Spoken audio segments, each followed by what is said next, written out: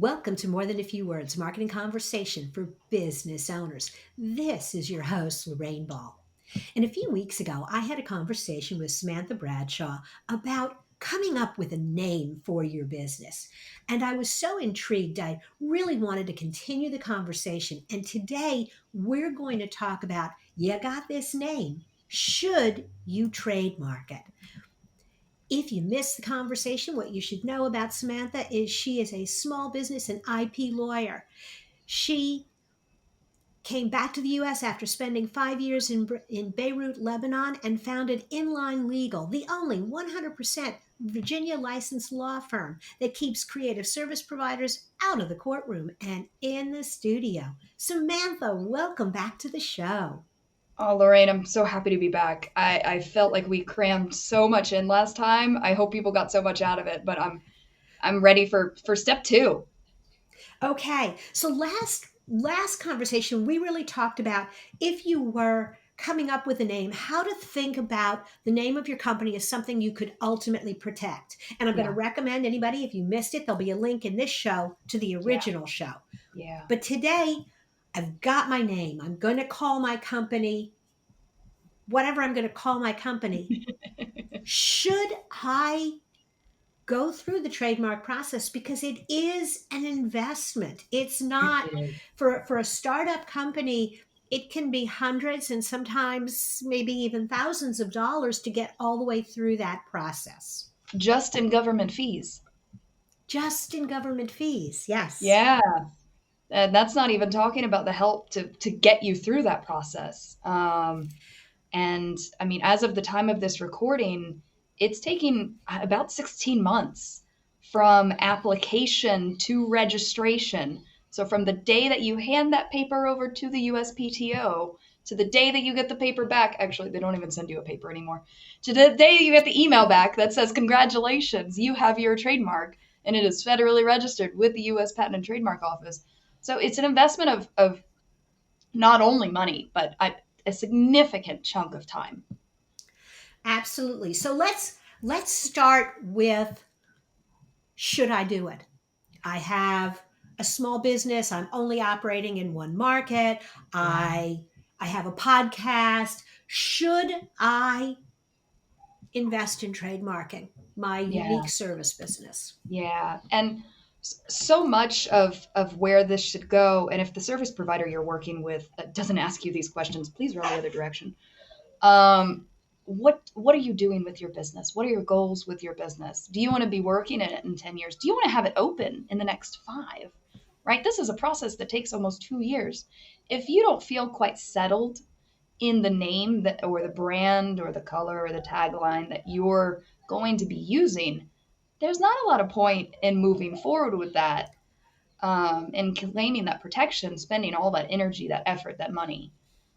However, um, if you know you're going to be in this for a long time, if you know you want to hand this business to somebody else, you want this business to go beyond you, whether that be a mentee, somebody in your family that's going to take over selling the thing.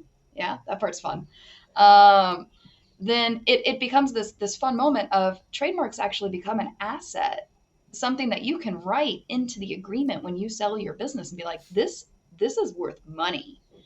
Um, in earlier stages in business, we call it sweat equity, right? Or your reputation. What a trademark is it's really solidifying your reputation into something that you can actually sell to another person. Um, so if any of those are in your forefront, 100%, it's something to consider, and to consider as soon as you have the ability to do so. But if those things aren't really there, there's a couple other things you could look at. But that's really my first question. Where do you want this to go? What do you want to do with it? And if you're single market, you're going to stay in your small town, you don't want to expand, you're perfectly fine with your, one store, mom and pop shop, or hanging out on your computer. It's less of a risk. So much of what legal should be, and accounting, and all of these foundational things, we should be matching your investment to your risk level and I, evaluating your risk level. That's the starting point. I love that definition or that criteria of matching your investment to your risk level. Yeah. Because, and there are two kinds of risk that I've certainly seen play out with a lot of my clients. On the one hand, you're protecting your name, but what Yeah. if you decide you're not going to trademark? Should Yeah. you, are there things you still need to do to protect the entity that you are creating? I'm not going to mess with the federal government. I'm just going to have my little restaurant in Indiana. Right. What do I need to do? Right. So there it's and the starting point of this, and something I do recommend for every small business owner, is to do something that we trademark attorneys call a clearance search. And essentially, what that is we go into a non-public database and we run your name through literally hundreds of thousands of files all over the world. This searches everything from the federal registry to every domain registry, state trademark offices. Those exist, by the way. They don't do a lot of good for most people, but they're good to check. All of the registrations for every state that has business names, because getting your business name does not mean you have any right to any kind of trademark. Let me be very clear. Getting your LLC does not mean you have any kind of trademark. And it's such a confusing moment for most small business owners when they first start up. They're like, "Oh, but I registered." Yes, but you didn't register with the right people for the right thing. You don't have what you think you have. So we run through this database, and essentially we see all of the potential people, businesses, companies, products that could claim against you that you're infringing on their intellectual property, on their trademark. And for me, that's the starting point for everybody, is making sure you at least do this. Most attorneys will be willing to do this for somewhere between $500 and $1,000, depending on how intense the search process is and how much analysis they're giving you.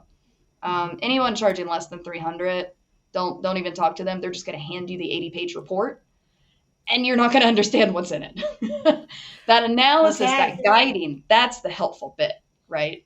Yeah, because Um, because a lot of people, especially if you're using a word, and in the last show you talked about the fact that there's Dove chocolate and Dove soap. A lot yeah, of people may use a word, but yeah. really figuring out, is their use of the word and my use of the word in conflict? Exactly, exactly. And that's where having somebody who can review that massive document for you and kind of explain where this can go, what your risks are.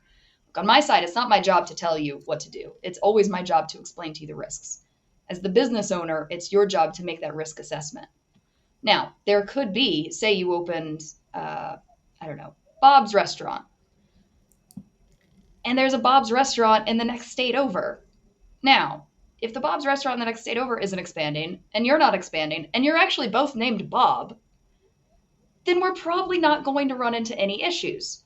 But if you've opened Applebee's, right, and Applebee's is hanging out on the corner, they might get a little testy, right? You might start getting nasty lawyer letters. So, and that's the point, is to do that search and just be aware, right, of who your potential issues are. And if you decide the trademark process doesn't make sense, doing that search every couple of years just to make sure no new issues have come up. In this space, in the trademark space, we regularly reach out to other businesses that have a similar name that could be conflicting. And we can easily write a contract that just says, we agree I won't sue you, you agree you won't sue me, we both get to use this name, and everybody's honky dory, and we can move on. And this is another thing as a business owner you don't have to worry about. But if you're worried about someone confusing you for your customers, confusing you with another brand, right? Having that trademark protection lets you shut down copycats faster. If you want to license any of your content out, that makes it that much easier to get the bigger brand deals.